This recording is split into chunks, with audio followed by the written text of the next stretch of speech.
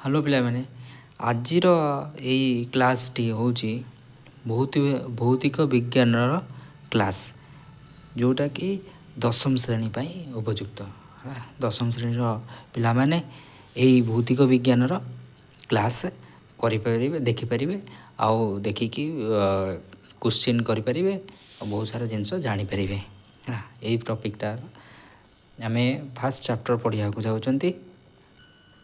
First ଚାପ୍ଟରଟିର ପ୍ରଥମ ଅଧ୍ୟାୟର ନାଁଟି ହେଲା ରାସାୟନିକ ପ୍ରତିକ୍ରିୟା ଓ ରାସାୟନିକ ସମୀକରଣ। ଠିକ୍ ଅଛି, ଇଂଲିଶରେ ଆମେ ତାକୁ କହୁଛନ୍ତି କେମିକାଲ ରିଆକ୍ସନ୍ସ ଆଣ୍ଡ ଇକ୍ୱେସନ୍ସ।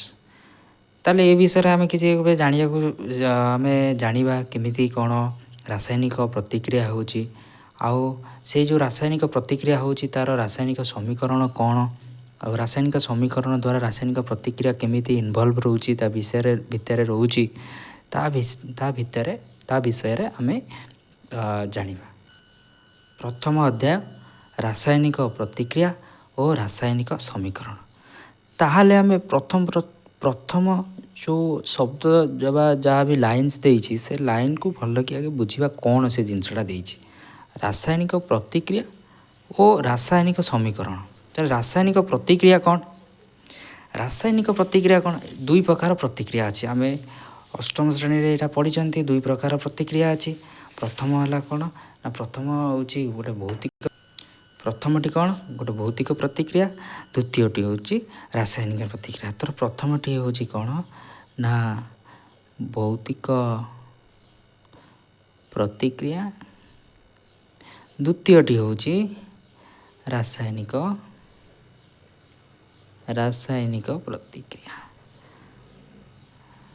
ପ୍ରତିକ୍ରିୟା। ଠିକ୍ ଅଛି। ତ ଆମେ ଭୌତିକ ପ୍ରତିକ୍ରିୟା କ'ଣ ଜାଣିଛନ୍ତି?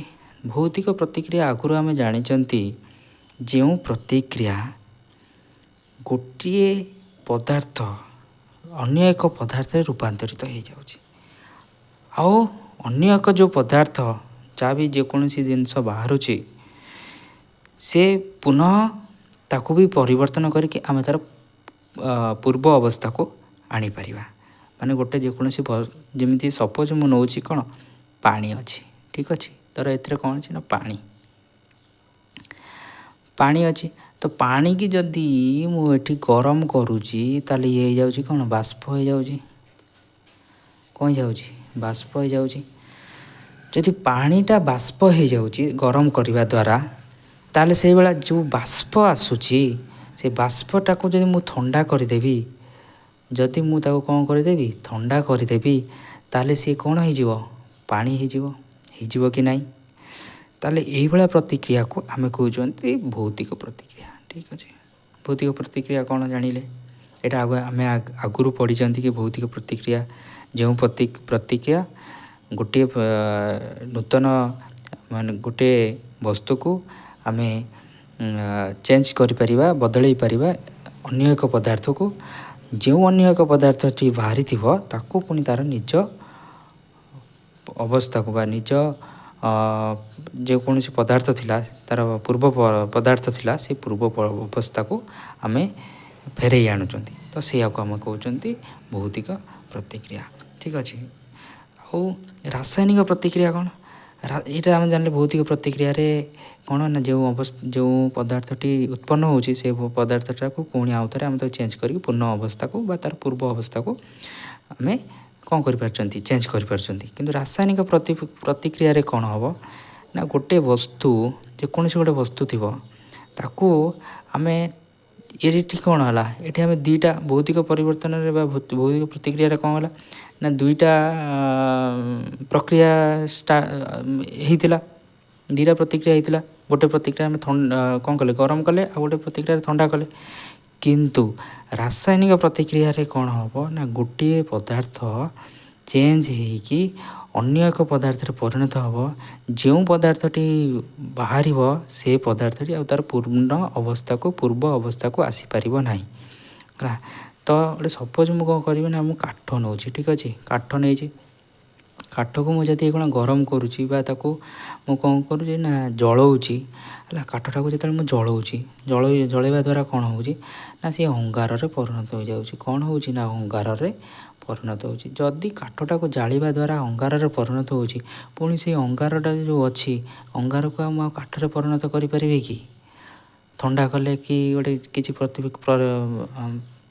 ଆଦେହରେ କିଛି ଉପାୟ ଅବଲମ୍ବନ କରିବା ଦ୍ୱାରା ମୁଁ ଅଙ୍ଗାରକୁ କାଠରେ ପରିଣତ କରିପାରିବି କି? କରିପାରିବି ନାହିଁ। ତ ଏହିଭଳି ପ୍ରତିକ୍ରିୟାକୁ ଆମେ କ'ଣ କହିପାରିବା ନା ରାସାୟନିକ ପ୍ରତିକ୍ରିୟା କହିବା। ତ ରାସାୟନିକ ପ୍ରତିକ୍ରିୟା କ'ଣ ନା ଗୋଟିଏ ପ୍ରକାର ପଦାର୍ଥ ଚେଞ୍ଜ ହୋଇ ବଦଳି ଅନ୍ୟ ଏକ ପଦାର୍ଥ ହେବ। ଯେଉଁ ପଦାର୍ଥଟି ବାହାରିବ ସେ ପଦାର୍ଥଟି ଆଉ ତା'ର ପୂର୍ଣ୍ଣ ପୂର୍ବ ଅବସ୍ଥାକୁ ଯାଇପାରିବ ନାହିଁ। ତ ଏହିଭଳି ପ୍ରତିକ୍ରିୟାକୁ ଆମେ କହିବା ରାସାୟନିକ ପ୍ରତିକ୍ରିୟା। ତ ଏହିଭଳି ପ୍ରତିକ୍ରିୟାକୁ ଆମେ କହିବା ରାସାୟନିକ ପ୍ରତିକ୍ରିୟା। ତାପରେ ଆମେ ଏଇ ଯେଉଁ ପ୍ରତିକ୍ରିୟା ଘଟୁଛି ହେଲା, ତ ଏଇ ଯେଉଁ ପ୍ରତିକ୍ରିୟା ଘଟୁଛି ସବୁ, ଯେମିତି ଭୌତିକ ପ୍ରତିକ୍ରିୟା ଘଟିଲା, ସେଇଭଳିଆ ରାସାୟନିକ ପ୍ରତିକ୍ରିୟା ଯେମିତି ଘଟିଲା ତ ସେଇଭଳିଆ ଆମେ କ'ଣ କରିବା ନା ସେ ଯେଉଁ ଭଳିଆ ପ୍ରକ୍ରିୟାରେ ସେ ଜିନିଷଟା ହେଉଛି ତାକୁ ଆମେ କ'ଣ କରିବା, ଏକ ସମୀକରଣ ଭାବରେ ଆମେ ପରିଣତ କରିବା। ତ ସମୀକରଣ କ'ଣ? ତ ଆପରେ ଆମେ ଜାଣିବାକୁ ରାସାୟନିକ ସମୀକରଣ ବିଷୟରେ। ତ ସମୀକରଣ କ'ଣ ଆଗେ ପ୍ରଥମେ ଜାଣ। ସମୀକରଣ ତ ସମୀକରଣ କାହାକୁ କହିବା? ସମୀକରଣ ଯେମିତି ଆମେ ସପୋଜ୍ ଗୋଟେ ଦୁଇଟି ଅଜ୍ଞାତ ରାଶି ନେଉଛନ୍ତି, ଏକ୍ସ ନେଉଛନ୍ତି, ଆଉ କ'ଣ ନେଉଛନ୍ତି, ୱାଇ ନେଉଛନ୍ତି। ତ ଏଇ ଦୁଇଟିକୁ ନେଇକି ଆମେ କ'ଣ କରିବା, ସମୀକରଣ କରୁଛନ୍ତି। ଆମେ ଆଗରୁ ପଢ଼ିଛନ୍ତି ସମୀକରଣ, ଏଇ ଦୁଇଟା ଅଜ୍ଞାତ ରାଶିକି ସମୀକରଣ କରୁଛନ୍ତି। ସମୀକରଣ କେମିତି କରୁଛନ୍ତି? ସପୋଜ୍ ଆମେ ଲେଖୁଛନ୍ତି 2x + 3y = 0। ଠିକ୍ ଅଛି। ଏମିତି କରିବା ଦ୍ୱାରା ଆମେ କ'ଣ ଜାଣୁଛନ୍ତି, ଏଇପଟ ସାଇଡ଼୍ କ'ଣ କହୁଛନ୍ତି, ପ୍ରତିକାରକ କହୁଛନ୍ତି, ଏଇଟା କହୁଛନ୍ତି ଉତ୍ପାଦ କହୁଛନ୍ତି। କ'ଣ ପ୍ରତିକାରକ ଉତ୍ପାଦ? ଦେଖ, ସପୋଜ୍ ମୁଁ ଯଦି ଏଇଠି ଏକ୍ସଟାର ଭ୍ୟାଲ୍ୟୁଟାକୁ 0 ନେଉଛି, ତାହେଲେ ଏଠି ଆମର ୱାଇଟାର ଭ୍ୟାଲ୍ୟୁ କ'ଣ ହେଇଯାଉଛି? ୱାଇଟାର ଭ୍ୟାଲ୍ୟୁ ଆମେ ନେଉଛନ୍ତି କ'ଣ, ଯେତେବେଳେ x 0 ହେଉଛି ତାହେଲେ ଏଇଟା ହେଇଯିବ କ'ଣ, ଟୋଟାଲ୍ 0 ହେଇଯାଉଛି। ତାହେଲେ ତ ଏଇଟା ହେଇଯାଉଛି କ'ଣ, 3y = 0। ତ ୱାଇଟା = କ'ଣ ହେଇଯାଉଛି, 0 ହେଉଛି। ତ x 0 ହେଲା ବେଳକୁ କ'ଣ, y ବି 0 ହେଇଯାଉଛି। x = 0 ହେଉଛି, y = 0 ହେଉଛି, ଯାହାଫଳରେ କି ଆମେ 0 ପାଉଛନ୍ତି। ତ ସେଇଭଳିଆ ଇଏ ହେଲା ସମୀକରଣ ବିଷୟରେ ଜାଣିଲେ। କିନ୍ତୁ ରାସାୟନିକ ସମୀକରଣ କେମିତି ଜାଣିବା? ରାସାୟନିକ ପ୍ରତିକ୍ରିୟା ତ ଆମେ ଜାଣିଲେ, ଗୋଟିଏ ପଦାର୍ଥ ଅନ୍ୟ ଏକ ପଦାର୍ଥରେ ପରିଣତ ହେବ, ପୁଣି ତା'ର ନିଜ ଅବସ୍ଥାକୁ ଫେରି ଆସିପାରିବ ନାହିଁ। ତାକୁ ଆମେ କହୁଛନ୍ତି ରାସାୟନିକ ପରିବର୍ତ୍ତନ ବା ରାସାୟନିକ ପ୍ରତିକ୍ରିୟା କହୁଛନ୍ତି। କିନ୍ତୁ ତା'ର ସମୀକରଣ କ'ଣ? ଇକ୍ୱେସନ୍ ଫର୍ମାଟ୍ରେ ରହିବ। ଇକ୍ୱେସନ୍ କେମିତି ରହିବ ବା ସମୀକରଣ କେମିତି ରହିବ? ସପୋଜ୍ ମୁଁ ଗୋଟେ ଏକ୍ଜାମ୍ପଲ୍ ନେଉଛି, ହାଇଡ୍ରୋଜେନ୍। ଓକେ, ଆଗକୁ ପଢ଼ିବା ହାଇଡ୍ରୋଜେନ୍ ଅଛି। ହାଇଡ୍ରୋଜେନ୍ ସାଙ୍ଗରେ ଅକ୍ସିଜେନ୍କୁ ମିଶାଉଛି, ଆସୁଛି କ'ଣ ନା ୱାଟର୍ ଆସୁଛି। ଠିକ୍ ଅଛି। ତାକୁ ଆମେ କ'ଣ କରିବା, ହାଇଡ୍ରୋଜେନ୍ ସାଙ୍ଗରେ ଅକ୍ସିଜେନ୍ ମିଶାଇଲେ ଆମେ ଜାଣିଛନ୍ତି କ'ଣ, ୱାଟର୍ ଆଉଛି। ତ ଏଇ ଯେଉଁ ପ୍ରତିକ୍ରିୟା ଯାହାଦ୍ୱାରା ଏଇଟା ଆଗକୁ ପଢ଼ିବା, ଆମେ ଏହାକୁ କହିବା ଏଇଟା ହେଲା ସଂଶ୍ଳେଷଣ ପ୍ରତିକ୍ରିୟା। ତ ସଂଶ୍ଳେଷଣ ପ୍ରତିକ୍ରିୟା ଦ୍ୱାରା କ'ଣ ହେବ ନା, ଦୁଇଟା ଜିନିଷ ମିଶିକି ଗୋଟିଏ ଜିନିଷରେ ପରିଣତ ହେବାକୁ ଆମେ କହିବା ସଂଶ୍ଳେଷଣ ପ୍ରତିକ୍ରିୟା। ଆ ବିଷୟରେ ଆମେ ଆଗକୁ ଜାଣିବା। କିନ୍ତୁ ଏଠି ଆମେ କ'ଣ ଜାଣିବା ନା, ଏଠି ଆମେ ସମୀକରଣ ବିଷୟରେ ଜାଣୁଛନ୍ତି। ସମୀକରଣ କ'ଣ ହେଉଛି ନା, ଦୁଇଟା ଜିନିଷ ଯେଉଁ ଦୁଇଟା ପ୍ରତିକାରକ ନେଉଛନ୍ତି, ଯାହାଫଳରେ କି ଉତ୍ପାଦ ବାହାରିବ। ଉତ୍ପାଦ ମାନେ ଯେଉଁଟା ଉତ୍ପନ୍ନ ହେଲା, ପ୍ରତିକାରକ ହେଲା କ'ଣ ନା, ଦୁଇଟା ଜିନିଷ ନେଉଛନ୍ତି। ତ ହାଇଡ୍ରୋଜେନ୍ ନେଲେ ଆଉ ଅକ୍ସିଜେନ୍ ନେଲେ ମିଶିକି କ'ଣ H2O ହେଲା। ଠିକ୍ ଅଛି। ଏଟା କ'ଣ ଜଳ, ଏଟା କ'ଣ ହାଇଡ୍ରୋଜେନ୍, ଏଟା ହେଲା କ'ଣ ଅକ୍ସିଜେନ୍। ତାହେଲେ ଏଇ ଇକ୍ୱେସନ୍ଟା ଯାହା ମୁଁ କହିବି ଏସବୁ ବିଷୟରେ ଏ ବହିରେ ଦେଇଛି। ଠିକ୍ ଅଛି। ଏ ବହିର ଫାର୍ଷ୍ଟ ଅଧ୍ୟାୟରେ 10th ତୁମର ଏଇଟା ହିଁ ଅଛି। ଏଇ ଯେଉଁ ଇକ୍ୱେସନ୍ଟା ଆମେ ପାଇଲେ, ଏଇ ଯେଉଁ ସମୀକରଣ ପାଇଲେ, ଆକୁ ଆମେ କ'ଣ କରିବା ନା, ଇଏ ତ ସମାଧାନ ମାନେ ଯେଉଁଟାକି ବାଲାନ୍ସ ନାହିଁ ହେଲା, ସମତୁଲ ନାହିଁ, ବାଲାନ୍ସ ନାହିଁ, ତାକୁ କ'ଣ କରିବା, ଇନବାଲାନ୍ସ ଅଛି, ତାକୁ ଆମେ କ'ଣ କରିବା ନା ବାଲାନ୍ସ କରିବା। ବାଲାନ୍ସ କରିବା କେମିତି? ଦେଖ, ଏଇପଟେ ଯେତେବେଳେ ଅଛି ଏଇଟା କ'ଣ କହିଲେ, ଉତ୍ପାଦ କହିଲେ ନା, ହଁ, ଏଇଟାକୁ ଆମେ କ'ଣ କହୁଛନ୍ତି, ପ୍ରତିକାରକ କହୁଛନ୍ତି। ଏଇଟାକୁ କ'ଣ କହୁଛନ୍ତି ନା ଉତ୍ପାଦ କହୁଛନ୍ତି। ତ ଦେଖ, ଯେତେବେଳେ ପ୍ରତିକାରକରେ କ'ଣ ଅଛି, ହାଇଡ୍ରୋଜେନ୍ ଅଛି ଆଉ ଅକ୍ସିଜେନ୍ ଅଛି। କେତେଟା ଅଛି, ଗୋଟିଏ ଅଛି। ଏଠି କେତେଟା ଅଛି, ଗୋଟିଏ ଅଛି। ଏଠି ଉତ୍ପାଦରେ କ'ଣ ଅଛି, ହାଇଡ୍ରୋଜେନ୍ କେତେଟା ଅଛି, 2ଟା ଅଛି। ଅକ୍ସିଜେନ୍ କେତେଟା ଅଛି, ଗୋଟାଏ ଅଛି। ତାହେଲେ ଆମେ ଏଠି କ'ଣ କରିବା, ହାଇଡ୍ରୋଜେନ୍ 2ଟା କରିବାକୁ ପଡ଼ିବ। ବାଲାନ୍ସ କରିବାକୁ ହେଲେ ଏପଟେ କ'ଣ ସମାନ ଅଛି କି? ଏଠି 3ଟା ଜିନିଷ ଅଛି, ଏଠି 2ଟା ଜିନିଷ ଅଛି। ସମାନ ହେଲା କି? ସମାନ ହେଲାନି। ଯଦି ଏଠି 3ଟା ଜିନିଷ ରହିଲା, ଏଠି ଯଦି 3ଟା ଜିନିଷ ରହିଲା, ତାହେଲେ ଏଇଟା ହେବ କ'ଣ? ସମାଧାନ ହେବ। ବୁଝିପାରିଲ? ତାହେଲେ 3ଟା ଜିନିଷ ଏଠି ଅଛି, ତ 3ଟା ଜିନିଷ ଏଠି କରିବା ପାଇଁ ହେଲେ ଆମେ କ'ଣ କରିବା? ଆଉ ଗୋଟେ ଜିନିଷ କିଛି ଆଡ଼୍ କରିବା। କେମିତି କରିବା, କ'ଣ କରିବା? ଧର ଏଠି 3ଟା ଜିନିଷ ଅଛି, ହାଇଡ୍ରୋଜେନ୍ ପାଖରେ କେତେଟା ଅଛି? 2ଟା ହାଇଡ୍ରୋଜେନ୍ ଅଛି। ତାହେଲେ ଏଠି ଆମେ କ'ଣ କରିବା? ଏଠି 2ଟେ ମଲ୍ଟିପ୍ଲାଏ କରିଦେବା। ଠିକ୍ ଅଛି, ତାହେଲେ ଏଠି ସମାଧାନ ହୋଇଗଲା। ସେଇଭଳିଆ ବହୁତ ସାରା ଇକ୍ୱେସନ୍ ଅଛି, ବହୁତ ସାରା ସମୀକରଣ ଅଛି, ଯାହାକୁ ସମାଧାନ କରିବା ଏ ବହି ଭିତରେ। ବାସ୍ ଇଏ ଯେଭଳିଆ ପ୍ରତିକ୍ରିୟା ହେଲା, ଆହୁରି ବହୁତ ସାରା ପ୍ରତିକ୍ରିୟା ଅଛି। ଯେମିତିକି ସଂଶ୍ଳେଷଣ ପ୍ରତିକ୍ରିୟା ଆମେ ଜାଣିଲେ, ସେଇଭଳିଆ ବିଘଟନ ପ୍ରତିକ୍ରିୟା ଅଛି, ଦ୍ରୁତ ବିଘଟନ ପ୍ରତିକ୍ରିୟା ଅଛି, ଏଇଭଳିଆ ବହୁତ ସାରା ପ୍ରତିକ୍ରିୟା ଅଛି। ତା ବିଷୟରେ ଆମେ ଜାଣିବା। ତ ଇଏ ଜିନିଷ ଆମେ ଜାଣିଗଲେ, ତ ଏବେ ତ ଏଇ ଜିନିଷ ଜାଣିପାରିବ।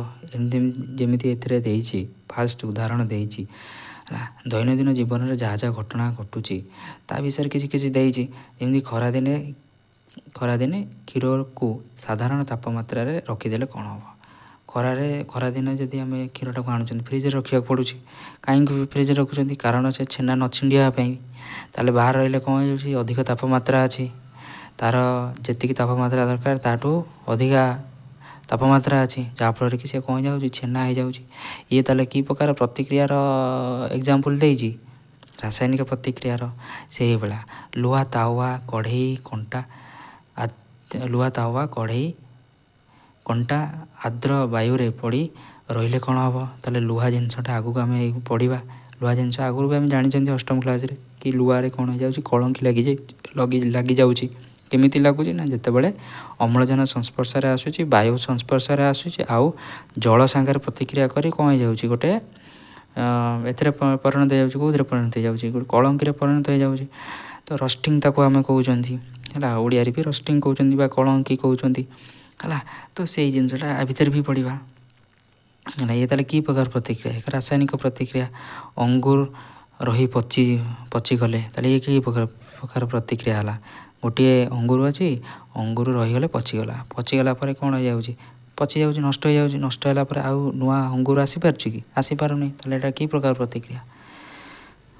କମେଣ୍ଟରେ ଲେଖିବେ।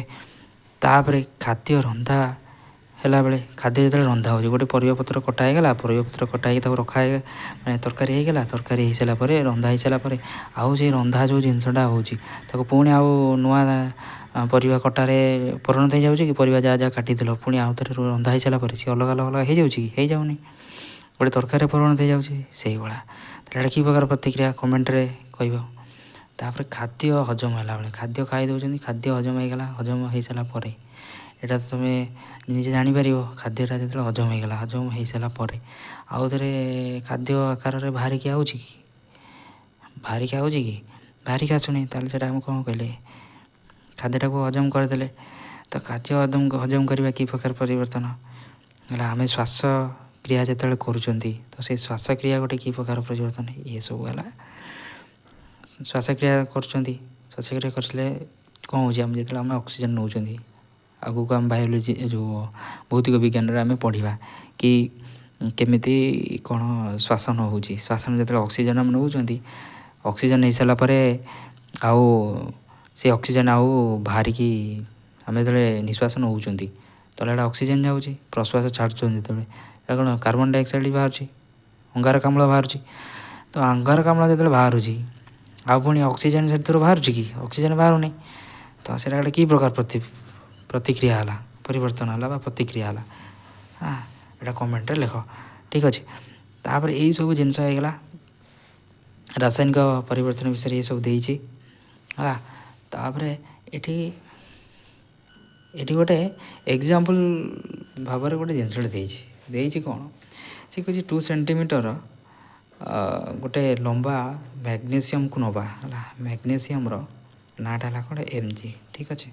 ମ୍ୟାଗ୍ନେସିୟମକୁ ନେଲେ, ଯଦି ମ୍ୟାଗ୍ନେସିୟମ ନେଇକି ଏସବୁ କହିଛି କି ମ୍ୟାଗ୍ନେସିୟମ ଭଲକି ସଫା କରିବା ଦ୍ୱାରା ହେଲା, ଭଲକି ସଫା କରିବା ଦ୍ୱାରା ଆମେ ତାକୁ କ'ଣ କରିବା ନା, ନିଆଁରେ ଆମେ ତାକୁ ଜଳେଇବା। ଯଦି ନିଆଁରେ ଆମେ ଜଳଉଛନ୍ତି, ତାହେଲେ ଏଇ ଯେଉଁ ମ୍ୟାଗ୍ନେସିୟମଟି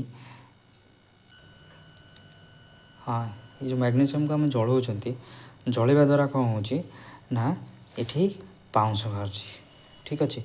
तो ये पाउंस बाहर ताल कौन केमी पाउंस बाहर है से विषय देती आगू भी एटार इक्वेशन देती। तो यहाँ को मैग्नीशियम पात्रटा अच्छे आम जो गरम गरम कर ये पाउंस बाहर है।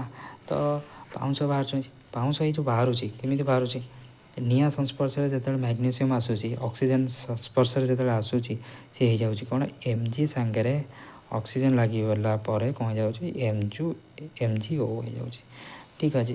तो एमजीओ हो जाऊँ तो ये जो अच्छी एमजीओ आईटार रंगटा मन रखी तो व्हाइट कलर बा धला रंगर ये सब ये सब देती कौन मैग्नीशियम पात्रटी को जदि आम कौन कले से बर्नर आम जालुँच ताले कौन पाँच ना धला चूर्ण पाँच ये जो धला चूर्ण पाँच ना है कौन मैग्नीशियम ऑक्साइड कहले ठीक अच्छे। ताले मैग्नीशियम वायु संस्पर्श ऑक्सीजन सांगे रासायनिक प्रतिक्रिया करने द्वारा ये जिनसा होती भी से गोटे इक्वेशन देती जोटा कि आम गोटे बर्नर भितर गोटे फ्लाक्स भितर आम नहीं गले कौन लघु सल्फ्यूरिक एसिड नहीं जाइए तादर जिंक दाना पकई आउ गोटे कोनिका फ्लाक्स आम नहीं तादर कौन कौन उत्पन्न हो तो जिंक सांगे जिते लघु सल्फ्यूरिक एसिड आम ताक नौ तो लघु कौन जानते लघु हूँ कौन ना जो सल्फ्यूरिक एसिड टी हाँ जो सल्फ्यूरिक एसिडटा प्योर थी मैं भर कौन पानी मिसी नदी तादर पानी मिसीगला सारा होगला सीटा को कौन कहते आम कहले द्रवण कहले बुझे द्रवण कहले है। तो जिते आम कौन कर जिंक को सल्फ्यूरिक एसिड मिसौंती मिसुची आसूसी कौन zinc sulphate plus plus hydrogen ताले यार ना कौन है जिंक सल्फेट बुझीगला। तापर से ये गोटे छोट प्रतिक्रिया देती हाँ ठीक अच्छे। तापर ये आम पढ़ा कौन रासायनिक समीकरण विषय ठीक अच्छे। रासायनिक समीकरण विषय आम जो पढ़ा आग इक्वेशनटा जो जाइला परीक्षा जो होता से परीक्षा कौन होता मैग्नीशियम नहीं प्रतिकारक साइड्रे मैग्नीशियम ने आउ ऑक्सीजन ने ताकू मिसिकी कौन होगा मैग्नीशियम ऑक्साइड होगा ताले कौन यहाँ उत्पाद होगा आपको ताले कौन कहती प्रतिकारक कहती जो पदार्थ गुड़िक को नि जाए मौलिक गुड़िक को नि जाए एक नूतन पदार्थ सृष्टि हेले उत्पन्न हेले उत्पाद कहती ठीक अच्छे। तापर ये गलापर ताले मैग्नीशियम ऑक्साइड रंगटी कौन धला रंग ए प्रतिकारक साइड को आम कहती रिएक्टेंट आउ इंग्लिश रे कहती आउ उत्पाद साइड को आम कौन कहती प्रोडक्ट कहती ठीक अच्छे। तापर ये जो इक्वेशन है आम कौन कहती बाम पाख को आम कहती LHS डाण पाख आम कहती RHS ये बाम पाख अच्छे आम कह कौन LHS एटा कह कौन RHS। ताले एबे आम जानले कौन गोटे रासायनिक प्रतिक्रिया आम जो करूँ ठीक अच्छे रासायनिक प्रतिक्रिया बेले रासायनिक समीकरण जो सृष्टि करें कौन ये नौ गोटे प्रतिकारक नौ ये आगुरी पढ़ी प्रतिकारक ने प्रतिकारक जेकोसी दुई बा अधिक मौलिक तुम तादर नहीं पार जमी दुईट मौलिक अच्छी हाइड्रोजेन गोटे अच्छी आउ गोटे कौन अच्छी ऑक्सीजन अच्छी तो से भाया है आहरी भी नहीं पार बहुत सारा बहुत गुड़िए मौलिक तुम नहीं पार हाँ। तो से भाया ये दुईट अच्छी ताले आगू आम जो पढ़ा कि समीकरण को आम लिखा किपर क्वेश्चन पढ़ा आगू को रासायनिक समीकरण को लिखार प्रणाली कौन तो प्रणाली प्रथम कौन आगे मन रख प्रणाली लिखार प्रणाली कौन फास्ट आम कौन फास्ट आम करवा कौन ना प्रतिकारक मौलिक गुड़िकर नाम लिखा मौलिक गुड़िक नवा दुई रु तत्यधिक मौलिक नवा है। तो मौलिक ने प्रथम कौन मौलिक नवा मौलिक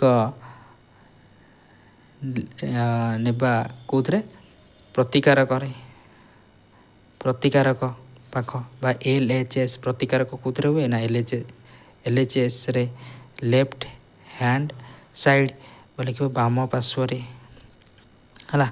द्वितीय आम कौन करवा ना जेतोटी मौलिक नवा ଯେତୋଟି ମୌଳିକ ନବା ତାକୁ ଯୁକ୍ତ ଦ୍ୱାରା ଲେଖିବା। ଯୁକ୍ତ ଦ୍ୱାରା ଲେଖିବା ଯେତେଟା ମୌଳିକ ନବା। ହାଇଡ୍ରୋଜେନ ଅକ୍ସିଜେନ ନେଇଛନ୍ତି ଦୁଇଟା, ତାହେଲେ ହାଇଡ୍ରୋଜେନ ଯୁକ୍ତ ଅକ୍ସିଜେନ। ହାଇଡ୍ରୋଜେନ ଯୁକ୍ତ ମାନେ କ'ଣ ନା ହାଇଡ୍ରୋଜେନ ସାଙ୍ଗରେ ଅକ୍ସିଜେନ ମିଶୁଛି, ମିଶିଲା ପରେ ଗୋଟେ ନୂଆ ଜିନିଷଟେ ତିଆରି କରୁଛି। ତ ସେ ଯେଉଁ ଯୁକ୍ତ ଚିହ୍ନ ଦେବା। ତାପରେ କ'ଣ ଲେଖିବା ମିଶିକି, ତାପରେ 3 ଲେଖିବା କ'ଣ ଗୋଟିଏ ତୀର ଚିହ୍ନ ଦେବା। ଗୋଟିଏ ତୀର ଚିହ୍ନ ଦେବା। 4 ତୀର ଚିହ୍ନଟା କେମିତି ଦେବା? ବଙ୍କେଇକି ଦେବା ନା ତେଢ଼େଇକି ଦେବା? କେମିତି ଦେବା? ସିଧା ଦେବା। କୁଆଡ଼ୁ କୁଆଡ଼ୁ? ବାମ ପାର୍ଶ୍ୱରୁ ଦକ୍ଷିଣ ପାର୍ଶ୍ୱ ମାନେ କ'ଣ? ବାମ ପାର୍ଶ୍ୱରୁ ଦକ୍ଷିଣ ପାର୍ଶ୍ୱ। ଏଇଠି ରିଆକ୍ସନ୍ଟା ହେଉଛି ବା ଏଇଠି ପ୍ରତିକ୍ରିୟାଟା ହେଉଛି, ଏଠୁ ଏଠିକି ଯାଉଛି, ତାହେଲେ ବାମ ପାର୍ଶ୍ୱରୁ ଦକ୍ଷିଣ ପାର୍ଶ୍ୱକୁ ଦେବା ହେଲା।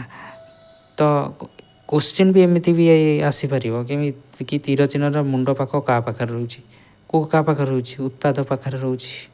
ବୁଝିପାରୁଛ ନାହିଁ? ତାର ଏଇ ଉତ୍ପାଦ ପାଖରେ ରହୁଛି କ'ଣ ତୀର ଚିହ୍ନଟି। ତାପରେ ଏଇ ଜିନିଷ ହେଇଗଲା, ବାସ୍ ଇଏ ହେଇଗଲା। ଯାହା କହିଲି ତୁମର ଏଠି ଦେଇଛି କ'ଣ ରାସାୟନିକ ସମୀକରଣ ଲେଖିବାର ପ୍ରଣାଳୀ କ'ଣ, କେମିତି ପ୍ରଣାଳୀ ମାନେ ଆମେ ଉତ୍ପାଦ ସାଇଡ଼୍ରେ କ'ଣ ରଖିବା, ପ୍ରତିକାରକ ସାଇଡ଼୍ରେ କ'ଣ ଲେଖିବା, କେମିତି ତାକୁ ବାଲାନ୍ସ କରିବା, ଠିକ୍ ଅଛି, ସମତୁଲ କରିବା। ତ ତା ବିଷୟରେ ସବୁ ଇଏ ଲେଖା ହେଇଛି। ଯେମିତି ଏଇ ଦେଖ ଜିଙ୍କ ସାଙ୍ଗରେ ସଲଫ୍ୟୁରିକ୍ ଏସିଡ଼୍ ମିଶିକି ଜିଙ୍କ ସଲଫେଟ୍ ହେଲା, ତା ସାଙ୍ଗରେ ହାଇଡ୍ରୋଜେନ୍ ହେଲା। ତ ଆର ବି ସମୀକରଣ କ'ଣ ସମତୁଲ କରାହେଇଛି। ତ ସେଇଭଳିଆ ଏଇଠି ଦେଖ ବାମ ପାର୍ଶ୍ୱରେ କେତୋଟି ପରମାଣୁ ଅଛି, ପରମାଣୁ କ'ଣ ଅଛି ବାମ ପାର୍ଶ୍ୱରେ? ଏଇଟା ହେଲା ବାମ ପାର୍ଶ୍ୱରେ ଜିଙ୍କ ଏକ ପରମାଣୁ ଅଛି। ତ ଜିଙ୍କ ଅଛି, ହାଇଡ୍ରୋଜେନ୍ ଅଛି, ସଲଫର ଅଛି, ଅକ୍ସିଜେନ୍ ଅଛି। ତ ସେଇ ଜିଙ୍କଟାକୁ ଆମେ 1 ଲେଖିଲେ ଜିଙ୍କ କେତେଟା ଅଛି? ଗୋଟେ ଅଛି। ହାଇଡ୍ରୋଜେନ୍ କେତେଟା ଅଛି? 2ଟା ଅଛି। ସଲଫର କେତେଟା ଅଛି? ଗୋଟେ ଅଛି। ଅକ୍ସିଜେନ୍ କେତେଟା ଅଛି? 4ଟା ଅଛି। ତ ସେଇ ଯେଉଁ ପରମାଣୁ ଗୁଡ଼ିକରେ ଥିବା ଉତ୍ପାଦ ଗୁଡ଼ିକରେ ଥିବା ପରମାଣୁ ସଂଖ୍ୟା, ଦକ୍ଷିଣ ପାର୍ଶ୍ୱରେ ଯେଉଁ ଅଛି ଉତ୍ପାଦ, ତା'ର ପରମାଣୁ ସଂଖ୍ୟା କେତେଟା? ଦକ୍ଷିଣ ପାର୍ଶ୍ୱରେ ଏଇଟା ତ ବାମ ପାର୍ଶ୍ୱ ଗଲା 1 2 1 4।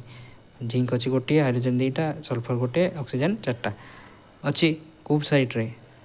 ପ୍ରତିକାରକ ସାଇଡ଼୍ରେ, ଉତ୍ପାଦ ସାଇଡ଼୍ରେ କ'ଣ ରହୁଛି? ଜିଙ୍କ କେତେ? ଗୋଟେ। ଜିଙ୍କ ଦେଖ ଗୋଟିଏ। ହାଇଡ୍ରୋଜେନ୍ କେତେଟା? 2ଟା। ହାଇଡ୍ରୋଜେନ୍ କେତେଟା? 2ଟା। ଆଉ କ'ଣ ରହୁଛି? ସଲଫର କେତେଟା? ଗୋଟାଏ। ସଲଫର କେତେଟା ରହିଛି? ଗୋଟାଏ। ଅକ୍ସିଜେନ୍ କେତେଟା ରହିଛି? 4ଟା। ଅକ୍ସିଜେନ୍ 4ଟା। ଦେଖ ଏପଟେ କେତେ? ଏପଟେ ଅକ୍ସିଜେନ୍ 4ଟା, ଇଏ ସମାନ ହେଲା, ଇଏ ବି ସମାନ। ତାହେଲେ ଏଠି ଆମେ କୌଣସି ବାଲାନ୍ସ କରିବା ଦରକାର ନାହିଁ, ଠିକ୍ ଅଛି। ଏଇଠି ଯେଉଁ ତୁମର ପ୍ରତିକ୍ରିୟା ଗୋଟେ ଦେଇଛି ବା ସମୀକରଣ ଦେଇଛି, ତାକୁ ସମତୁଲ ଏଇଠି କରିଛି ତୁମକୁ, ଯେଉଁଟାକି ଆଗରୁ କହିଦେଇଛି। ଦେଖ ପ୍ରଥମ ସୋପାନରେ କ'ଣ କରିବା? ଗୋଟେ ସମୀକରଣ, ଆମେ ରାସାୟନିକ ସମୀକରଣ ଗୋଟେ ନେଲେ ତାକୁ ସମତୁଲ କେମିତି କରିବା ନା ଯାହା ସବୁ ଅଛି ରାସାୟନିକ ସମୀକରଣକୁ ସମତୁଲ କରିବା ପାଇଁ ପ୍ରଥମେ ପ୍ରତ୍ୟେକ ସଂକେତର ଚତୁଃପାର୍ଶ୍ୱରେ ବାକ୍ସ ଗଠନ କରିବା, ବାକ୍ସ ଲେଖିବା। ଫାଷ୍ଟ ସୋପାନ ଗଲା।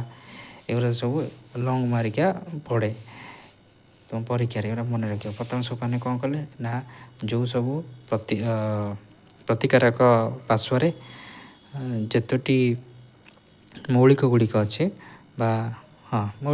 ଅଛି ତାକୁ ଆମେ କ'ଣ କରିବା ନା ବାକ୍ସ ଚିହ୍ନ ଦେବା।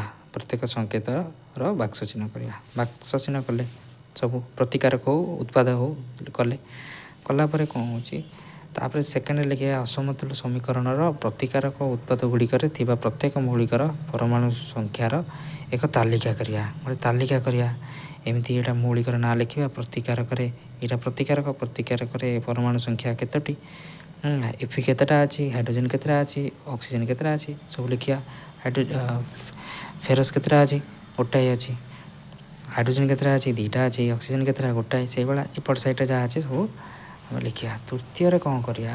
ତୃତୀୟ ସୋପାନ ଥାର୍ଡ଼ ଷ୍ଟେଜ୍ରେ କ'ଣ ନା ସାଧାରଣତଃ ଅଧିକାଂଶ କ୍ଷେତ୍ରରେ ସମୀକରଣ ମଧ୍ୟରେ ଯେଉଁ ଯୌଗିକରେ ସର୍ବାଧିକ ସଂଖ୍ୟକ ପରମାଣୁ ଥାଏ, ସେହି ଯୌଗିକର ପରମାଣୁ ଗୁଡ଼ିକୁ ପ୍ରଥମେ ସମତୁଲ କରିବା। କରିବା ସୁବିଧା ହେବ। ଏହି ଯୌଗିକଟି ପ୍ରତିକାରକ କିମ୍ବା ଉତ୍ପାଦ ହୋଇପାରେ ହେଲା। ପ୍ରତିକାରକ ଉତ୍ପାଦ ହୋଇପାରେ। ଗୋଟିଏ ଯୌଗିକରୁ ସର୍ବାଧିକ ପରମାଣୁ ଥିବା ମୌଳିକ ଗୁଡ଼ିକୁ ବାଛ। ଯେଉଁଠି ଅଧିକ ଅଛି ସେଟାକୁ ବାଛ। ଯେମିତି ଏଠିରେ ଦେଇଛି ଅବଲମ୍ବନ କରି ଯୌଗିକଟା ଏଇ ଯୌଗିକକୁ ନେଲେ କେଉଁ ଯୌଗିକ ଯେଉଁଟା ଏଇ ଯୌଗିକକୁ ଆମେ ନେଇଛନ୍ତି ହେଲା। ଏଇଟାକୁ ଯୌଗିକ କହିବେ। ଯୌଗିକ କାହାକୁ କୁହନ୍ତି? ମୌଳିକ କାହାକୁ କୁହନ୍ତି ଜାଣିଛନ୍ତି? ଯୌଗିକ କାହାକୁ କୁହନ୍ତି? ଦୁଇ ବା ତତୋଧିକ ମୌଳିକ ମିଶେଇ କ'ଣ ହେଇଯିବ ନା ଯୌଗିକ ହେବ। ତ ସେଇ ଯୌଗିକ କଥା ଏଥିରେ ଦେଇଛି। ଠିକ୍ ଅଛି। ତ ଏଇଟା ଗୋଟେ ଯୌଗିକ ହେଲା। ସେ ଯୌଗିକ ଏଥିରେ ଥିବା ମୌଳିକ ଅକ୍ସିଜେନକୁ ଆମେ ବାଛିବା। ମୌଳିକ ଅକ୍ସିଜେନକୁ ବାଛୁଛନ୍ତି। ତାପରେ ଦେଇଛି ଦକ୍ଷିଣ ପାର୍ଶ୍ୱରେ 4ଟି ଅକ୍ସିଜେନ ପରମାଣୁ। ତାହେଲେ ଦକ୍ଷିଣ ପାର୍ଶ୍ୱରେ କେତେଟା ଅଛି? ଏଇଟା ବାମ ପାର୍ଶ୍ୱରେ କେତେଟା ଅକ୍ସିଜେନ ଅଛି? ଗୋଟିଏ ଅଛି। ଦକ୍ଷିଣ ପାର୍ଶ୍ୱରେ କେତେଟା ଅକ୍ସିଜେନ ଅଛି? 4ଟା ଅଛି। ତ ବାମ ପାର୍ଶ୍ୱରେ 4ଟା ଅଛି। ସର୍ବାଧିକ ଯେଉଁଥିରେ ଅଛି ଏଥିରେ ସେ କହୁଛି ଥାର୍ଡ଼ ସୋପାନକ ଯେଉଁଟା ଅଧିକା ଅଛି ମୌଳିକରେ ହେଉ ବା ଯୌଗିକରେ ହେଉ, ଯେଉଁଟା ଅଧିକ ପରିମାଣର ମୌଳିକ ଅଛି ସେଇଟାକୁ ଆମେ ବାଛିବା। ତାର ଅଧିକ ପରିମାଣ ମୌଳିକ କେଉଁଟା ଅଛି? ଅକ୍ସିଜେନ ଅଛି। ତ ଅକ୍ସିଜେନକୁ ବାଛିଲେ ଏପଟ ଦେଖ ଡାହାଣ ପାଖରେ ଅକ୍ସିଜେନ କେତେଟା ଅଛି?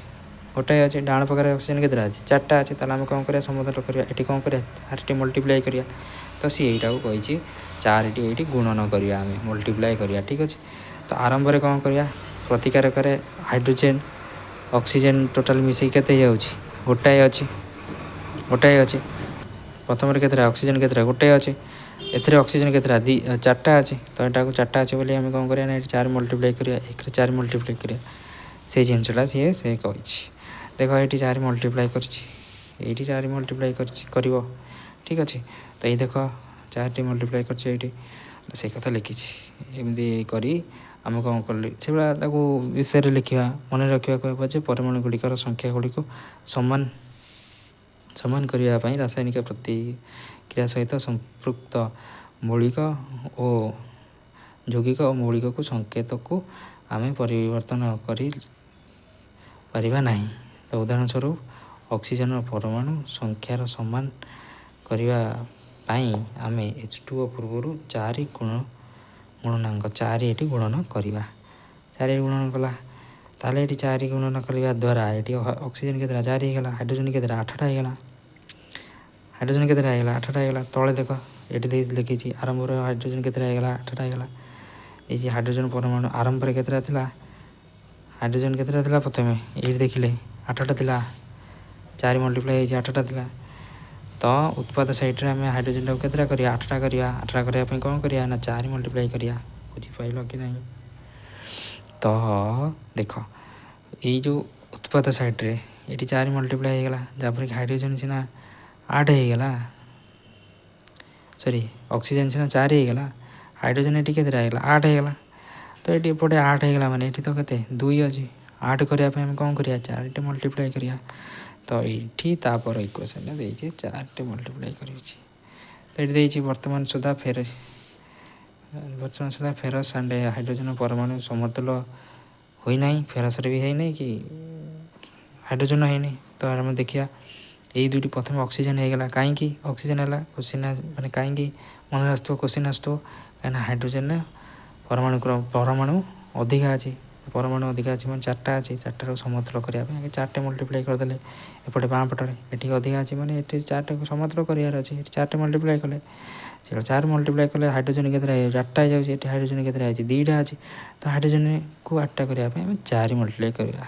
4 ହାଇଡ୍ରୋଜେନ ଏଇଗୁଣା ସମତୁଲ କରିବାକୁ ପଡ଼ିବ। ଏଇ ଯେଉଁ ଜାଗାରେ ଆମେ ହାଇଡ୍ରୋଜେନ ପାଇଁ ଲାଗିଛନ୍ତି।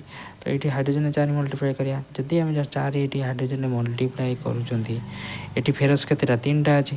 ତ ଏଇଠି ଫେରସ୍ 3 ଅଛି ମାନେ ଏଠି 3 ଲେଖିବାକୁ ପଡ଼ିବ। ଫାଷ୍ଟ ଆମେ ଅକ୍ସିଜେନକୁ ସଲ୍ଭ କଲେ। କାହିଁ କଲେ ନା କାରଣ ଅକ୍ସିଜେନ ଅଧିକା ଅଛି। ତ ଅକ୍ସିଜେନକୁ ଦେଖିକି କଲେ ହେଲା।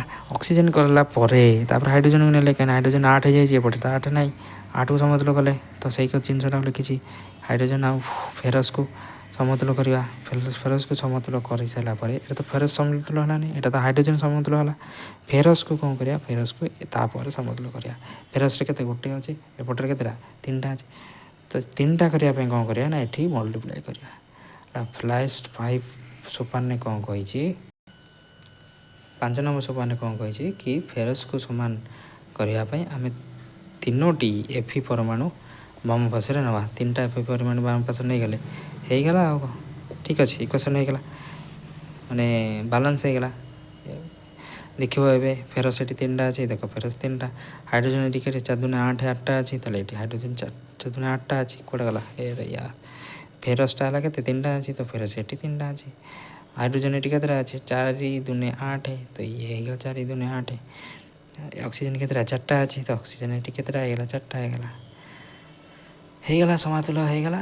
ତାପରେ ଆମେ ଏଠି ଲେଖିବା କ'ଣ ନା ସର୍ବଶେଷରେ ଆମେ ସମୀକରଣର ଉଭୟ ପାର୍ଶ୍ୱରେ ଥିବା ପ୍ରତ୍ୟେକ ମୌଳିକର ପରମାଣୁ ସଂଖ୍ୟାକୁ ଗଣି ସମତୁଲ ସମୀକରଣର ସଠିକତା ଯାଞ୍ଚ କରିବା। ସଠିକତା କ'ଣ ଯାଞ୍ଚ କରିବା, ଠିକ୍ ଅଛି କି ନାହିଁ ଆମେ ଏଟାକୁ ଯାଞ୍ଚ କରିବା। ଏଗୁଡ଼ା ସବୁ ଶବ୍ଦରେ ସବୁ ଲେଖିବାକୁ ପଡ଼ିବ। ଓକେ, ତାପରେ ଏଇଟାକୁ ଆମେ ଏମିତି ଲେଖିବା ସମୀକରଣଟାକୁ। ତାପରେ ଲେଖିଛି କ'ଣ, ଅନ୍ତିମ ସୋପାନରେ ସମତୁଲ ପ୍ରକ୍ରିୟା ସମ୍ପନ୍ନ ହୋଇଛି, ଏମିତି ଲେଖିବାକୁ ପଡ଼ିବ। ସମତୁଲ କରିବାର ଏହି ପଦ୍ଧତିକୁ ଆମେ ପରଖ ନିରଖ ପଦ୍ଧତି କହନ୍ତି। କୋଶ୍ଚିନ୍ ଏମିତି ଆସିଯିବ, ପରଖ ନିରଖ ପଦ୍ଧତି କାହାକୁ କୁହନ୍ତି? ସର୍ଟ କୋଶ୍ଚିନ୍ 1 ନମ୍ବର ହେଲା। ତ ପରଖ ନିରଖ ପଦ୍ଧତି କାହାକୁ କୁହନ୍ତି ନା ସମୀକରଣକୁ ସମତୁଲ କରିବା ପ୍ରକ୍ରିୟାକୁ ଆମେ ପରଖ ନିରଖ ପ୍ରତିକ୍ରିୟା ବା ପରଖ ନିରଖ ପଦ୍ଧତି କହନ୍ତି। ତାପରେ ଲାଷ୍ଟ ସୋପାନ କ'ଣ ହେଇଥିବ, ଲାଷ୍ଟ ସୋପାନରେ ଆମେ ଭୌତିକ ଅବସ୍ଥା ପାଇଁ ପ୍ରତୀକର ସୂଚନା ଦେବା ହେଲା। ଭୌତିକ ଅବସ୍ଥା ପାଇଁ ପ୍ରତୀକର ସୂଚନା ଦେବା କେମିତି ନା, ଯେମିତିକି ପ୍ରତିକାରକ ଉତ୍ପାଦ ସାଇଟ୍ରେ କ'ଣ କ'ଣ ଘଟୁଛି। ଯେମିତିକି ଏଠି ଗ୍ୟାସୀୟ ପଦାର୍ଥ ଅଛି ହେଲା, ତରଳ ପଦାର୍ଥ ଅଛି, ଜଳୀୟ ପଦାର୍ଥ ଅଛି, କଠିନ ଅବସ୍ଥା ଅଛି। ତ ତାକୁ ସେଇ ଅନୁସାରେ ଆମେ ଲେଖିବାକୁ ପଡ଼ିବ। ଗ୍ୟାସ୍ ଅଛି ତ ଗ୍ୟାସ୍କୁ ଲେଖିବା। ଯଦି ଲିକ୍ୱିଡ଼ ଯଦି ବାହାରୁଛି କ'ଣ ତରଳ ବାହାରୁଛି, ଆକ୍ୱସ୍ ଲେଖିବା। ଯଦି ସଲିଡ଼ ବାହାରୁଛି, ଏସ୍ ମାନେ ସଲିଡ଼ ବା କଠିନ ପଦାର୍ଥ ବାହାରୁଛି, ତାକୁ ଆମେ ଏସ୍ ଲେଖିବା। ତ ଏମିତି ଆକାର ଜିନିଷଟାକୁ ଆମେ ଲେଖିବା। ଏ କ୍ୟୁ ମାନେ କ'ଣ ଆକ୍ୱସ୍ ଲିକ୍ୱିଡ଼ ହେଲା। ତ ଏମିତି ଆକାରରେ ଲେଖିଲେ ପ୍ରତିକାରକ ଉତ୍ପାଦର ଭୌତିକ ଅବସ୍ଥା, ତ ସେଇ ସମତୁଲ ସମୀକରଣଟାକୁ ଏମିତି ଲେଖିବା। ଲାଷ୍ଟରେ 7ଟା ଷ୍ଟେପ୍ରେ ଜିନିଷଟାକୁ କରିବାକୁ ପଡ଼େ। ଏବେ ପଢ଼ିବା କ'ଣ, ଏବେ ପଢ଼ିବା ବିଭିନ୍ନ ପ୍ରକାର ରାସାୟନିକ ପ୍ରତିକ୍ରିୟା ହେଲା। ପ୍ରଥମ ପ୍ରତିକ୍ରିୟାଟି ହେଉଛି କ'ଣ ନା ସଂଶ୍ଳେଷଣ ପ୍ରତିକ୍ରିୟା। ଠିକ୍ ଅଛି। ତ ସଂଶ୍ଳେଷଣ ପ୍ରତିକ୍ରିୟାରେ ଆମେ ପଢ଼ିବା କ'ଣ, ଆମେ ଗୋଟେ ଜିନିଷ ଗୋଟେ ଇକ୍ୱେସନ୍ଟେ ଦେଇଦେଇଛି। ଯେମିତିକି ଏଠି ଦେଇଛି କ୍ୟାଲସିୟମ୍ ଅକ୍ସାଇଡ଼୍କୁ ନିଆହେଇଛି। କ୍ୟାଲସିୟମ୍ ଅକ୍ସାଇଡ଼୍ ଜଳ ସହିତ ପ୍ରତିକ୍ରିୟା କରି ଗଠିତ ପ୍ରଚୁର ପରିମାଣର ତାପ ନିର୍ଗତ ହେଉଛି ହେଲା। ଯେତେବେଳେ କ୍ୟାଲସିୟମ୍ ଅକ୍ସାଇଡ଼୍ ଯେଉଁ ଅଛି ବା ତାକୁ ଆମେ କ'ଣ କହୁଛନ୍ତି, କଲି ଚୂନ କହୁଛନ୍ତି, ଯେଉଁଟା ଚୂନଟା। ଠିକ୍ ଅଛି। ଯେଉଁ ଚୂନଟାକୁ ଆମେ ପାଣିରେ ନେଇକି ପକାଇଦେବା। ପାଣିରେ ନେଇ ପକାଇଦେଲା ପରେ କ'ଣ ହେଉଛି, ପ୍ରଚୁର ପରିମାଣରେ କ'ଣ ବାହାରିବ, ତାପ ବାହାରିବ। ଦେଖିବ ଚୂନଟା ଯେତେବେଳେ ପାଣିରେ ପକାଇ ସାରିଲା ପରେ ତାକୁ ଧରିବ, ଠିକ୍ ଗରମ ଲାଗିବ। ଅଳ୍ପ ଅଧିକା ପାଣି ନେଇକି କମ୍ ଚୂନ ପକାଇଦେଲେ ସେଥିରେ ଏତେ ଜଣାପଡ଼ିବନି ନା। କମ୍ ପାଣି ନେଇକି ଅଧିକା ଚୂନ ପକାଇବ ଯଦି ସେଥିରେ ତୁମେ ଜାଣିପାରିବ ହେଲା। ତା'ମାନେ ହେଉଛି ଅଳ୍ପ ଅଳ୍ପ ପାଣି ନେବ। ଏଇ ରିଆକ୍ସନ୍ ସବୁ କରିବା କଥା ନୁହେଁ। ଠିକ୍ ଅଛି। କିନ୍ତୁ ଫିର୍ ବି ତୁମେ ଯଦି ଦେଖିବାକୁ ଚାହୁଁଛ ଅଳ୍ପ ପାଣିରେ, ତୁମେ କ'ଣ କରିପାରିବ ନା ଟିକେ ଚୂନ ପକାଇଦେବ। ଚୂନ ପକାଇ ଦେଲା ପରେ ଅନୁଭବ କରିବ ଥରେ କିଛି କ'ଣ ହେବ ନା ଗରମ ଲାଗିବ। ତାପରେ ସେ ଏଠି ଏଥିରେ କହୁଛି କ'ଣ, ଯେମିତି କ୍ୟାଲସିୟମ୍ ଅକ୍ସାଇଡ଼୍କୁ ଯଦି ଆମେ ଜଳ ସହିତ ପ୍ରତିକ୍ରିୟା କରୁଛନ୍ତି, ପ୍ରଚୁର ପରିମାଣରେ ତାପ ନିର୍ଗତ ହେଉଛି। ତାପ ସଙ୍ଗେ ସଙ୍ଗେ କ'ଣ ହେଉଛି ନା ସମିତ ଚୂନ ବାହାରୁଛି। ସମିତ ଚୂନଟାକୁ ଆମେ କ'ଣ କହନ୍ତି ନା ସାଲ୍କ ଲାଇମ୍ କହନ୍ତି। ତ ତା ନାଁଟା କ'ଣ ହେଇଯିବ ନା CaOH2, ଯେଉଁଟାକି କ୍ୟାଲସିୟମ୍ ହାଇଡ୍ରୋକ୍ସାଇଡ଼୍ ତାକୁ ଆମେ କହନ୍ତି। ଠିକ୍ ଅଛି। ଆର ନାଁ ହେଲା କ୍ୟାଲସିୟମ୍ ହାଇଡ୍ରୋକ୍ସାଇଡ଼୍, ଆର ନାମ କ୍ୟାଲସିୟମ୍ ଅକ୍ସାଇଡ଼୍। ଠିକ୍ ଅଛି। କ୍ୟାଲସିୟମ୍ ଅକ୍ସାଇଡ଼୍କୁ ଯେତେବେଳେ ଆମେ ପାଣି ସାଙ୍ଗରେ ପ୍ରତିକ୍ରିୟା କରୁଛନ୍ତି, କ୍ୟାଲସିୟମ୍ ହାଇଡ୍ରୋକ୍ସାଇଡ଼୍ ପାଉଛନ୍ତି, ଯେଉଁଟାକି ସମିତ ଚୂନ ପାଉଛନ୍ତି ହେଲା। ଏହି ପ୍ରତିକ୍ରିୟାରେ କ'ଣ ହେଉଛି ନା କ୍ୟାଲସିୟମ୍ ଅକ୍ସାଇଡ଼୍ ଜଳ ସମ୍ପୃକ୍ତ ହୋଇ ଏକମାତ୍ର ଉତ୍ପାଦ ଯେଉଁଟା କ୍ୟାଲସିୟମ୍ ହାଇଡ୍ରୋକ୍ସାଇଡ଼୍ ଉତ୍ପନ୍ନ କରୁଛି। ବୁଝିଲା କହୁଛନ୍ତି ହାଇଡ୍ରୋକ୍ସାଇଡ଼୍, ଏଟାକୁ ମନେ ରଖିବ। ଏହି ପ୍ରତିକ୍ରିୟାକୁ ସଂଶ୍ଳେଷଣ ପ୍ରତିକ୍ରିୟା କହନ୍ତି। ତାର ସଂଶ୍ଳେଷଣ ପ୍ରତିକ୍ରିୟା କ'ଣ, ଯେଉଁ ରାସାୟନିକ ପ୍ରତିକ୍ରିୟାରେ 2 ବା ଅଧିକ ପ୍ରତିକାରକ ସଂଯୁକ୍ତ ହୋଇ ଏକମାତ୍ର ଉତ୍ପାଦ ଉତ୍ପନ୍ନ ହେଉଛି, ତାହେଲେ ସଂଶ୍ଳେଷଣ ପ୍ରତିକ୍ରିୟା କାହାକୁ କହୁଛନ୍ତି? ଯେଉଁ ପ୍ରତିକ୍ରିୟାରେ 2 ବା ଅଧିକ ପ୍ରତିକାରକ ସଂଯୁକ୍ତ ହୋଇ ଏକମାତ୍ର ଉତ୍ପାଦ ଉତ୍ପନ୍ନ ହୁଏ, ସେହି ପ୍ରତିକ୍ରିୟାକୁ ଆମେ କ'ଣ କହନ୍ତି? ସଂଶ୍ଳେଷଣ ପ୍ରତିକ୍ରିୟା କହନ୍ତି। ବୁଝିଗଲା ସଂଶ୍ଳେଷଣ ପ୍ରତିକ୍ରିୟା କାହାକୁ କହନ୍ତି? ସଂଶ୍ଳେଷଣ ପ୍ରତିକ୍ରିୟା। ଠିକ୍ ଅଛି। ସଂଶ୍ଳେଷଣ ପ୍ରତିକ୍ରିୟା ଆମେ ଜାଣିଲେ କ'ଣ ନା 2 ବା ଅଧିକ ପ୍ରତିକାରକ ସଂଯୁକ୍ତ ହୋଇ ଏକ ମାତ୍ର ଉତ୍ପାଦ ପରିଣତ କରିବାକୁ ବା ଗୋଟିଏ ମାତ୍ର ଉତ୍ପାଦ ସୃଷ୍ଟି ହେବାକୁ ତାକୁ ଆମେ କହୁଛନ୍ତି ସଂଶ୍ଳେଷଣ ପ୍ରତିକ୍ରିୟା। ଦେଖ ଏମିତି ଗୋଟେ ଜିନିଷ, ଏଇଟା ଏକ କ'ଣ, ଏଇଟା ହେଲା ଉତ୍ପାଦ ସାଇଡ଼୍ ଆଗରୁ କଲେ ଏଇଟା ହେଲା ପ୍ରତିକାରକ ସାଇଡ଼୍, ଏଇଟା ହେଲା ଉତ୍ପାଦ ସାଇଡ଼୍। ପ୍ରତିକାରକ ସାଇଡ଼୍ରେ କ'ଣ ଲେଖୁଥିଲେ, ଆମେ ସବୁ ପଦାର୍ଥର ନାଁ ଲେଖୁଥିଲେ। ତ ଏଇଠି କ୍ୟାଲସିୟମ୍ ଅକ୍ସାଇଡ଼୍ କଲି ଚୂନ ନେଇଛନ୍ତି, ତା ସାଙ୍ଗରେ ଅକ୍ସିଜେନ୍, ତା ଦେହରେ ଆମେ କ'ଣ ନେଇଛନ୍ତି, ଜଳ ନେଇଛନ୍ତି, H2O ନେଇଛନ୍ତି। ତ ଇଏ ଗୋଟେ ଜିନିଷ, ଇଏ ଗୋଟେ ଜିନିଷ ଦୁଇଟାକୁ ମିଶାଇଲେ ଗୋଟେ ଇକ୍ୱେସନ୍ ହେଲା। ତୀର ଚିହ୍ନ ଦେଲେ ଯେଉଁଟା ବାହାରିବ ଉତ୍ପାଦ ସାଇଡ଼୍କୁ ଆମେ ସବୁବେଳେ ତୀର ଚିହ୍ନ ଦିଅନ୍ତି, ତୀର ଚିହ୍ନ ଦେଲେ ଗୋଟିଏ ଉତ୍ପାଦ ବାହାରିଲା। ଠିକ୍ ଅଛି, ତ ସେଇଟାକୁ ଲେଖିଛି। ଏହି ପ୍ରତିକ୍ରିୟାକୁ ଆମେ କହନ୍ତି ସଂଶ୍ଳେଷଣ ପ୍ରତିକ୍ରିୟା। ଯେଉଁ ପ୍ରତିକ୍ରିୟାରେ ଦୁଇ ବା ଅଧିକ ପ୍ରତିକାରକ ସଂଯୁକ୍ତ ହୋଇ ଏକମାତ୍ର ଉତ୍ପାଦ ସୃଷ୍ଟି କରେ, ଠିକ୍ ଅଛି, ସେଇ ପ୍ରତିକ୍ରିୟାକୁ ସଂଶ୍ଳେଷଣ ପ୍ରତିକ୍ରିୟା କହନ୍ତି। ଏଇଭଳିଆ ବହୁତ ସାରା ଏକ୍ଜାମ୍ପଲ୍ ଦେଇଛି। ସେଇଭଳିଆ ଆମେ ଯଦି ଆକୁ ଆମେ କ'ଣ କରିବା, ଏଠି ଗୋଟେ ପ୍ରତିକ୍ରିୟା ଦେଇଛି କ'ଣ ନା, ଏହି ପ୍ରତିକ୍ରିୟା ଦ୍ୱାରା ଉତ୍ପନ୍ନ ସମିତ ଚୂର୍ଣ୍ଣର ଦ୍ରବଣକୁ କାନ୍ଥରେ ଲଗାଇବା ପାଇଁ ବ୍ୟବହାର କରାଯାଏ। କ୍ୟାଲସିୟମ୍ ହାଇଡ୍ରୋକ୍ସାଇଡ଼୍ ବାୟୁରେ ଥିବା କାର୍ବନ ଡାଇଅକ୍ସାଇଡ଼୍ ସହିତ ଧୀରେ ଧୀରେ ପ୍ରତିକ୍ରିୟା କରି କାନ୍ଥ ଉପରେ କ୍ୟାଲସିୟମ୍ କାର୍ବୋନେଟ୍ର ଏକ ପତଳା ଆସ୍ତରଣ ସୃଷ୍ଟି କରେ। କାନ୍ଥ ଉପରେ ଗୋଟେ କ'ଣ କରେ, କ୍ୟାଲସିୟମ୍ କାର୍ବୋନେଟ୍ର ପତଳା ଆସ୍ତରଣ ସୃଷ୍ଟି କରେ। ସେଇ ପ୍ରତିକ୍ରିୟା ବି ଆମେ ଦେଖିବା। ଚୂନ ପାଣି ଲଗାଇବାର 2-3 ଦିନ ପରେ କ୍ୟାଲସିୟମ୍ କାର୍ବୋନେଟ୍ ସୃଷ୍ଟି ହୁଏ ଏବଂ କାନ୍ଥକୁ ଏକ ଧବଳ ଉଜ୍ଜ୍ୱଳତା ପ୍ରଦାନ କରେ। ସେ ଯେଉଁ ଧବଳ ଉଜ୍ଜ୍ୱଳତା ପ୍ରଦାନ କରେ ତା ନାଁ ହେଲା କ'ଣ ନା କ୍ୟାଲସିୟମ୍ କାର୍ବୋନେଟ୍ ବା ମାର୍ବଲର ସଂକେତ ବି କ୍ୟାଲସିୟମ୍ କାର୍ବୋନେଟ୍। ଏ ଯେଉଁ ମାର୍ବଲ ତିଆରି ହେଉଛି ଇଏ ବି ଏଇଭଳିଆ ପ୍ରତିକ୍ରିୟାରୁ ସୃଷ୍ଟି ହେଉଛି। କିନ୍ତୁ ଏଇ ଯେଉଁ ପ୍ରତିକ୍ରିୟାଟା ହେଉଛି ବହୁତ ବଡ଼ ଆକାରରେ ଏ ପ୍ରତିକ୍ରିୟା ହେବା ଦ୍ୱାରା ଏ ଜିନିଷଟା ହେଉଛି। ଅଧିକ ତାପ ପାଇବା ଦ୍ୱାରା ଯେଉଁ କ୍ୟାଲସିୟମ୍ ହାଇଡ୍ରୋକ୍ସାଇଡ଼୍ ଅଧିକ କାର୍ବନ ଡାଇଅକ୍ସାଇଡ଼୍ ତା ସାଙ୍ଗେ ତାପ ପାଇବା ଦ୍ୱାରା ସେ କ'ଣ ହେଉଛି ନା ମାର୍ବଲରେ ପରିଣତ ହୁଏ। ହେଲା, ତୁମେ ଯେଉଁ ଘରେ ଯେଉଁ ଚୂନ ଲଗାଇ ଦେଉଛ, ଚୂନ ଲଗାଇ ସାରିଲା ପରେ ସେଇଟା ମାର୍ବଲ ହେଇଯାଉଛି, ସେଇଟା ମାର୍ବଲ ନୁହେଁ। ସେଇଟା କ'ଣ ହେଉଛି ନା ଗୋଟେ ପ୍ରତିକ୍ରିୟା ଘଟୁଛି। କେମିତି ସେଇଟା ଯେଉଁ ପ୍ରତିକ୍ରିୟାଟା ଘଟୁଛି ସେଇଟା କ'ଣ ହେଉଛି ନା, ପ୍ରଥମେ ଯେତେବେଳେ ଦେଖ କ୍ୟାଲସିୟମ୍ ଥିଲା, ଠିକ୍ ଅଛି, ପ୍ରଥମେ ସେ ଯେଉଁ ଇକ୍ୱେସନ୍ଟା ହେଉଛି କେମିତି ନା, କ୍ୟାଲସିୟମ୍ ଆମେ CaO ନେଉଛନ୍ତି, କ୍ୟାଲସିୟମ୍ ଅକ୍ସାଇଡ଼୍ ନେଉଛନ୍ତି, ତା ସାଙ୍ଗରେ H2O କରାଗଲା। ଆମେ ପ୍ରଥମେ CaO ନେଉଛନ୍ତି, କ୍ୟାଲସିୟମ୍ ଅକ୍ସାଇଡ଼୍ ନେଉଛନ୍ତି, ତା ସାଙ୍ଗରେ ଜଳ ମିଶାଉଛନ୍ତି। ଜଳ ମିଶାଇବା ଦ୍ୱାରା କ'ଣ ହେଉଛି, CaOH ହୋଲ୍2 ହେଇଯାଉଛି। ବୁଝିଲା, ହୋଲ୍2 ହେଇଯାଉଛି।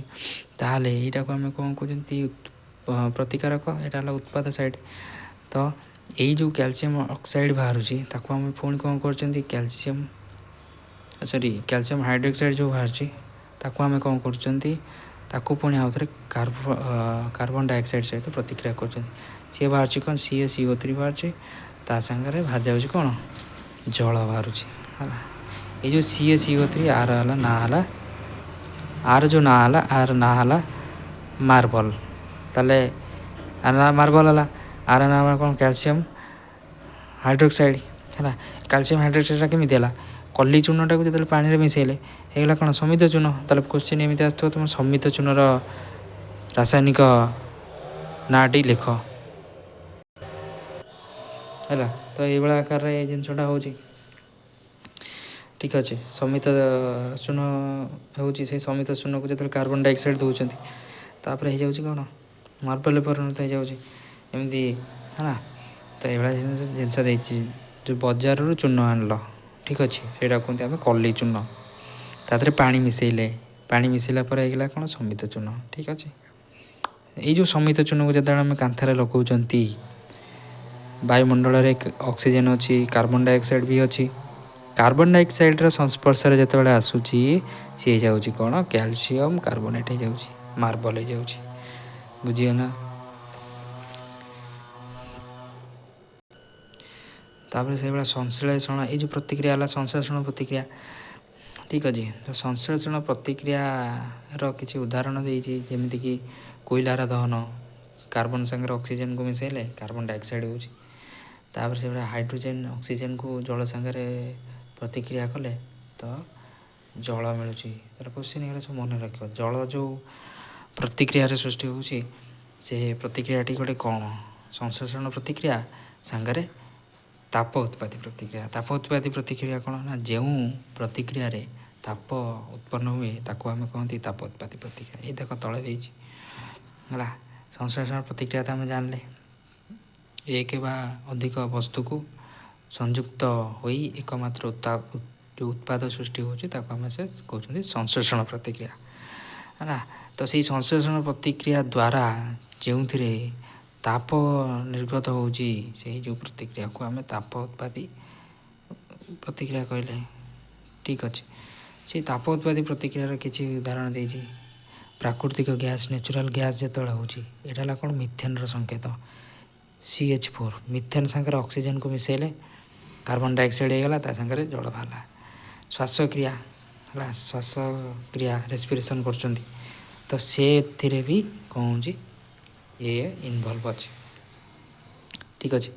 ତ ଶ୍ୱାସକ୍ରିୟାରେ କ'ଣ କେମିତି ଇନଭଲ୍ଭ ହେଉଛି, ତାର ଏକ୍ଜାମ୍ପଲ୍ ଏଠି ଦେଇଛି। ଶ୍ୱାସନ ପ୍ରକ୍ରିୟାରେ ଆମେ ଖାଉଛନ୍ତି କ'ଣ, ଗ୍ଲୁକୋଜ୍ ଖାଉଛନ୍ତି, ଏଟାର ନାଁ ହେଲା ଗ୍ଲୁକୋଜ୍। ଠିକ୍ ଅଛି। ଦେଖ ଏଇଠି ପଡ଼ିବ ଗ୍ଲୁକୋଜ୍, ଯେମିତିକି ଭାତ, ଆଳୁ, ରୁଟି, ଏରା ସବୁ କାର୍ବୋହାଇଡ୍ରେଟ୍। ଓକେ। ଶ୍ୱେତସାରକୁ ଆମେ ଯେତେବେଳେ କ'ଣ କହୁଛନ୍ତି, ଶ୍ୱେତସାର ଯେତେବେଳେ ଭାଙ୍ଗୁଛି ସେତେବେଳେ କ'ଣ ହେଇଯାଉଛି, ଗ୍ଲୁକୋଜ୍ ହେଇଯାଉଛି।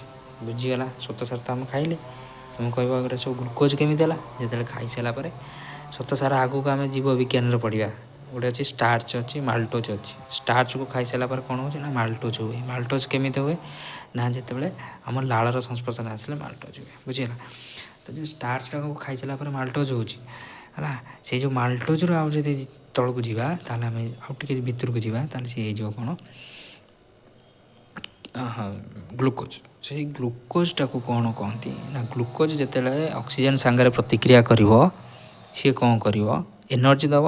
ଏନର୍ଜି ସାଙ୍ଗରେ କାର୍ବନ ଡାଇଅକ୍ସାଇଡ଼୍ ଦେବ, ଜଳ ବି ଦେବ ହେଲା। ତ ସେଇ ଇକ୍ୱେସନ୍ ଦେଇଛି। ଇଏ ହେଲା ଉଦ୍ଭିଦ ଦ୍ରବ୍ୟର ବିଘଟନ ଘଟେ ଖତରେ ପରିଣତ ହେବା ଏକ ତାପ ଉତ୍ପାଦୀ ପ୍ରତିକ୍ରିୟା। ଯେମିତି ଆମେ ଖାଦ୍ୟଟା ଖାଇଲେ, ଶ୍ୱାସନ ପ୍ରକ୍ରିୟା କଲେ, ଶ୍ୱାସନଟା ଯେମିତି ତାପ ଉତ୍ପାଦୀ ହେଉଛି, ତାପ ଉତ୍ପନ୍ନ ହେଉଛି, ସେଇଭଳିଆ ଉଦ୍ଭିଦରେ ଯେତେବେଳେ ଉଦ୍ଭିଦ ଦ୍ରବ୍ୟ ଗୁଡ଼ିକ ବିଘଟନ ଘଟେ, ତାକୁ ବି ଯେଉଁ କମ୍ପୋଷ୍ଟ ସାର କମ୍ପୋଷ୍ଟରେ ହେଉଛି, ସେଟା ବି ଏକ ତାପ ଉତ୍ପାଦୀ ପ୍ରତିକ୍ରିୟା। ଠିକ୍ ଅଛି। ଆଜିର ସେସନ୍ଟା ରହିଲା ଏତିକି ପର୍ଯ୍ୟନ୍ତ। ଠିକ୍ ଅଛି।